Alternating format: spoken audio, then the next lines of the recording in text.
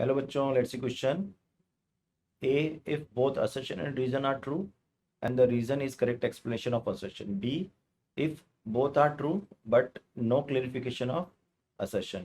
C, if assertion is true, reason is false. And D, when both are the false. Assertion and no diffraction is produced in sound waves near a very small opening. A reason हो गया for the diffraction to take place, the aperture of of of opening should be of the same order of the wavelength of the wave. तो बच्चों अगर अपन बात करें यहाँ पे तो बेसिक जो हम लिखेंगे वो डिफ्रैक्शन है, डिफ्रैक्शन ऑफ लाइट। अब डिफ्रैक्शन ऑफ लाइट के बारे में हम क्या समझते हैं बच्चों? अगर हम डिफ्रैक्शन ऑफ लाइट की बात करें तो डिफ्रैक्शन ऑफ लाइट क्या होता है कि जब भी कोई लाइट किसी भी शार्प एजेस या ऑब्स्टेकल या अपर्चर पे इंसिडेंट होती है तो वो ज्योमेट्रिकल शेडो में फैल जाती है।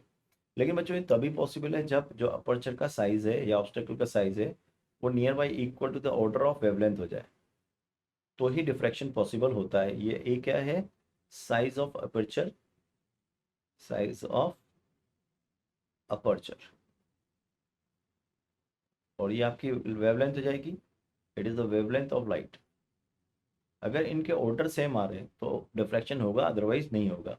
अब अगर हम बात करें very narrow, very waves near a very small opening, यानी कि ए बहुत छोटा हो जाएगा, ए छोटा हो जाएगा, तो हमारे पास डिफ्रैक्शन पॉसिबल नहीं होगा। तो इसका मतलब अगर हम देखें तो असर्शन ठीक है और रीज़न वही बात समझा रहा है जो हम यहाँ बोल रहे हैं कि अगर डिफ्रैक्शन होना चाहिए तो उसके लिए अपर्चर का जो साइज़ है वो in the order of wavelength होना चाहिए। तो इसका मतलब अगर हम यहाँ से बात करेंगे तो हम देखेंगे कि दोनों सही हैं और रीज़न असर्शन को क्लैरिफाई भी कर रहा है।